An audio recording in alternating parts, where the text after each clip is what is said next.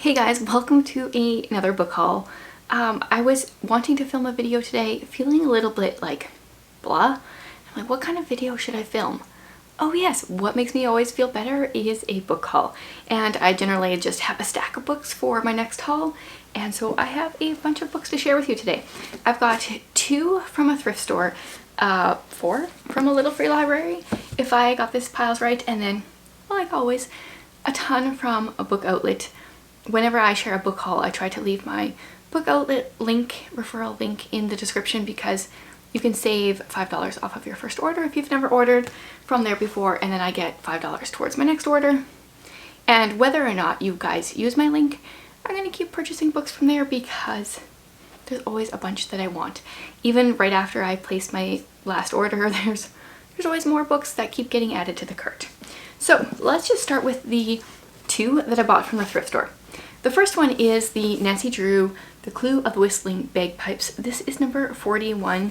This one is honestly not in the greatest shape. It's a little banged up, but I only have like 4 or 5 now until I have this collection complete. I have a list on my phone where I have the numbers that I need, and every time I go to the thrift store and see Nancy Drew, I check to see if they have one that I don't own already.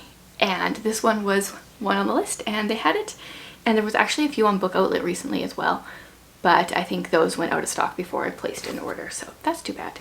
I'm so close to finishing that collection, I guess. Then I remember Holly talking about this in a recent video, and I think she was talking about it in a way that like she liked it. I think it was one of her favorites of the year. But this is what happens sometimes, is you watch videos and you're like, did the person really love that book or really hate it? And then you pick it up and then you don't remember. But I saw it at the thrift store. It's Hind's Feet on High Places. I had never heard of this book before her video. I don't even know what this is. I know it's Christian fiction. One of Hannah Hurnard's best known and best loved books, a beautiful allegory dramatizing the yearning of God's children to be led to new heights of love, joy, and victory. Oh, okay, so we join Much Afraid on her spiritual journey through difficult places with her 2 companions, sorrow and suffering. So that definitely gives me Pilgrim's Progress vibes. I'm not sure I'm like huge on allegories.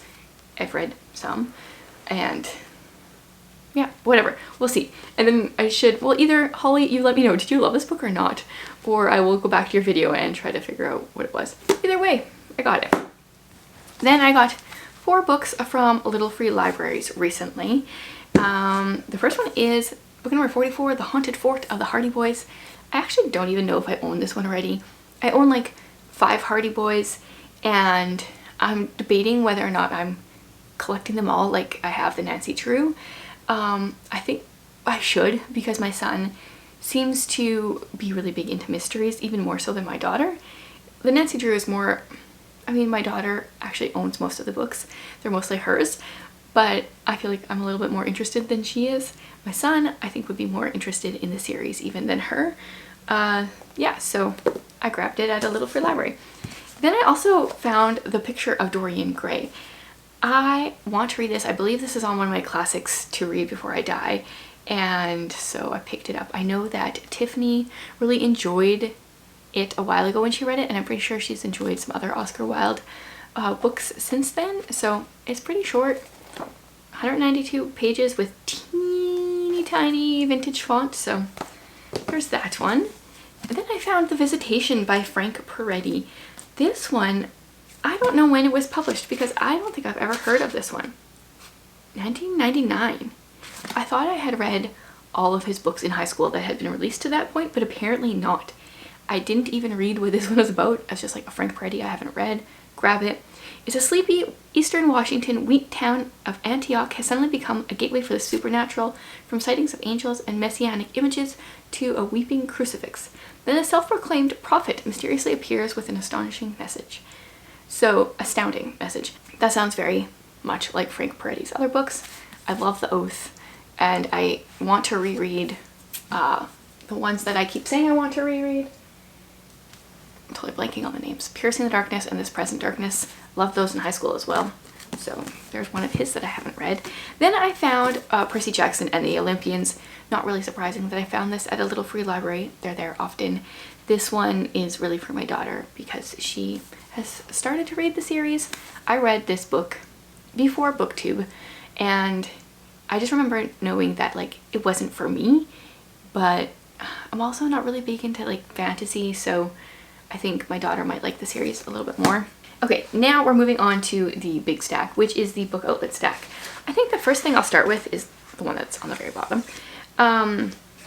One of my patrons over on Patreon recently shared that this book, Starsight, was on Book Outlet for their $1.99 blowout, or whatever they have, bestseller blowout. So I think this will probably go in my little free library. I own Starsight. It's book 2 in the Skyward series. Love this series. Yeah, I just was like $1.99. I need to buy that for someone for something, so I bought it. Now let's just go in the order that I have. This one was for my son. It's for my son. It's almost super.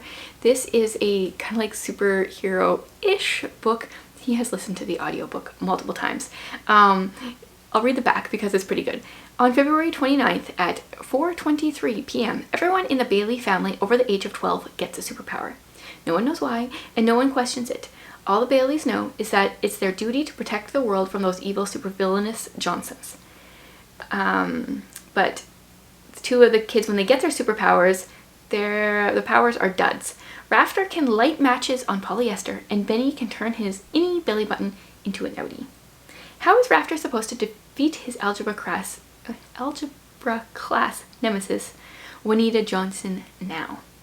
And I know every time he listens to this book on audio, he is like giggling in his room, so I wanted the physical copy for him to read it as well. Okay, now I have a definite author theme going here. I want to start the, what is this, the Shadow Children series by Margaret Peterson Haddix. Everyone tells me that they really enjoy it, and I think I will too. And they had book 1, book 2, 3, and 4 on Book Outlet, all in paperback, so they're like matched so nicely. So I grabbed them. I actually have no idea what this is. I think it's like middle grade sci-fi. Luke has never been to school. He's never had a birthday party or gone to a friend's house for an overnight. In fact, Luke has never had a friend. He's one of the Shadow Children, a third child forbidden by the population police. He's lived his entire life in hiding, and now with a new housing development replacing the woods next to the family's farm, he's no longer even allowed to go outside. One day he sees a girl's face in the window of a house where he knows 2 other children already live. Finally, he's met a shadow child like himself. Okay, well, I think it's sci-fi-ish, but I could be wrong. That didn't really sound very sci-fi, but I'm willing to give this series a try. And the books are super short. They're, where's the page numbers? Okay, they're like 150 pages long. So I should be able to cruise through these. I'm pretty sure that there's quite a few more books in the series, maybe like 8 of them. And then speaking of series and not matching, I got the 3rd, 4th, and 5th book in the Missing series. So I own, okay, every time I film, like the house creaks, and I'm sure it creaks when I'm not filming too, but I know it ends up being very loud on camera, and I don't notice it during the day, or really even often when I'm filming, but then when I edit the video, there's like this big loud noise. That's what that just was. Anyway, so I own book 1 in hardcover with a dust jacket. I own book 2 in a printed hardcover, and now I own books 3, 4, and 5 in paperback, and they did have more in the series in like hardcover and paperback. So I think this is just going to be a mismatched series. So this is about kids that were adopted, but they actually, they find out they kind of came from different periods in time. So it's a science fiction series, and I'm about to start book 2. I really did enjoy book 1, and I think this is going to go to some fun places. There are 1, 2, 3, 4, 5, 6, 7 books in this series, I believe. Okay, this one is A Face for Picasso. This one was talked about in my last month's book club over on Patreon. One of the ladies was talking about this, and it totally captured my attention because it is a memoir by a woman who she has an identical twin, and when they were 8 months old they were diagnosed with Cruzon syndrome. I'm not sure if that's how you say it. It's a rare condition where the bones in the head fuse prematurely, and they were the first twins known to survive it. And it's very fascinating to me because this sounds like a very much more intense version of what my daughter had. She had the bones, like her soft spot, fused too early, and at 9 months she had surgery where they went in and they cut out a piece of the bone and reshaped her head and everything. But she just needed that one surgery, and she's good. She's got a zigzag scar from ear to ear, but she's good to go. And these twins, it's mini surgeries, and I think this has to do with, what was the back? Where did I read that? It says beauty is subjective, pain is universal. So I think it's a lot of her struggle to like thinking that the surgeries are going to, I don't know, make her more acceptable looking in her eyes or something, and then dealing with that, maybe trying to like search for normal. I'm not sure, but it hits close to home, but is even more extreme than what we had to go through. Oh, and then they never seem to have this, but I found book 2 in the Lunar Chronicles, another case of where my first book is paperback and this one is hardcover, but that's okay. I really enjoy this. Science fiction. They're like fairy tale retellings, but science fiction. Book 1 was Cinder and she's a cyborg. Book 2 is Scarlet. This is probably like my least favorite of the series, but I still want to collect the entire series. Oh, and then this is a middle grade free verse dystopian novel about a girl who wakes up from one morning and her like entire town is missing, and she survives alone for a few years, and I enjoyed it. I listened to it on audio actually, and now I'm seeing that that's too bad because there's like text messages and voicemail in there as well. Let's focus, there we go. But the rest of it is just free verse. And I love it when I can buy books that I really enjoy, because I like having my bookshelves filled with books that I like. I also want to buy books that I want to read, but there's just something about putting a book that you really enjoy on your shelf. Then I already own this book, but I got another copy. This is Okay for Now by Gary D. Schmidt. I have book 1, or no, I have this book in a hardcover with a dust jacket, except I bought it when I was going through a phase where I threw out all the dust jackets, and now as someone on BookTube, that drives me nuts. I like the look of books without the dust jacket, but you want to be able to see a cover, especially if you're going to be holding it up, and I love this. It's not a series, they're companion books. Book 1 is Wednesday Wars.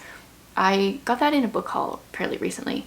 This is book 2, and then book 3 is something that I'm forgetting the title of. Yeah, can't remember. I did not enjoy book 3. But book 1, we follow a boy named Hulling Hood, and he gets bullied a little bit. And in book 2, we are following the bully's brother. And yes, they're so good on audio. I've never actually physically read this series. The audio is so good. And I think I'm going to try to like physically read it maybe this winter. Then, okay, where are we going here? I got 2 books by one author and 2 by 2 others. Let's go with this. So I got 2 books by Amy Lynn Green. I got The Lines Between Us and Things We Didn't Say. So this is continuing with my historical fiction kick. I think Shatona has been reading these, and one of the books that or at least a book by this author and a book by the author I'm going to share next recently. So this is a World War II novel of courage and conviction, based on the true experience of the men who fought fires as conscientious objectors and the women who fought prejudice to serve in the Women's Army Corps. Ooh, interesting. And so this is like also Christian fiction. And then Things We Didn't Say. I didn't really read about these. I just put them in my cart and purchased them. So we are Ironside Lake, Minnesota, January 1944. Headstrong and determined linguistics student, Joanna has very definite plans for her future. Oh, but when the only way to her intended future is through undertaking a translator position at a nearby camp for German POWs, she reluctantly accepts. So that's an interesting side of things. And then Erin Bartels, All That We Carried. I know Shatona was reading a different book by her for the, I think it was June's Read Your Bookshelf Challenge that had a book on the cover. And then I also they didn't have that one on Book Outlet, so I grabbed this one. 10 years ago, sisters Olivia and Melanie Green were on a hiking trip when their parents were in a fatal car accident. They haven't seen each other since the funeral. Olivia coped with the loss by plunging herself into law school, work, and a maternalist view of the world. What you see is what you get, and that's all you get. Melanie dropped out of college and developed an online life coaching business around her DIY spirituality. A little of this, a little of that, whatever makes you happy. Okay, and this is Revel, so it's probably Christian fiction. Now at Melanie's insistence, and against Olivia's better judgment, they are embarking on a hike in the Porcupine Mountains of Michigan's Upper Peninsula. Huh, this is very different than anything. Like, I don't read contemporary books very much at all unless they're like mystery. This sounds very interesting though. I'm very curious about that. And then the last book, I got another Susan Meisner. This is The Nature of Fragile Things. I've heard excellent things about this, and I feel like Susan Meisner has not disappointed me yet. I've read 2 of her books, and I think I own like another 2, now 3. When is this one set? April 18th, 1906. A massive earthquake rocks San Francisco just before daybreak, igniting a devouring inferno. Lives are lost and lives are shattered, but some rise from the ashes, forever changed.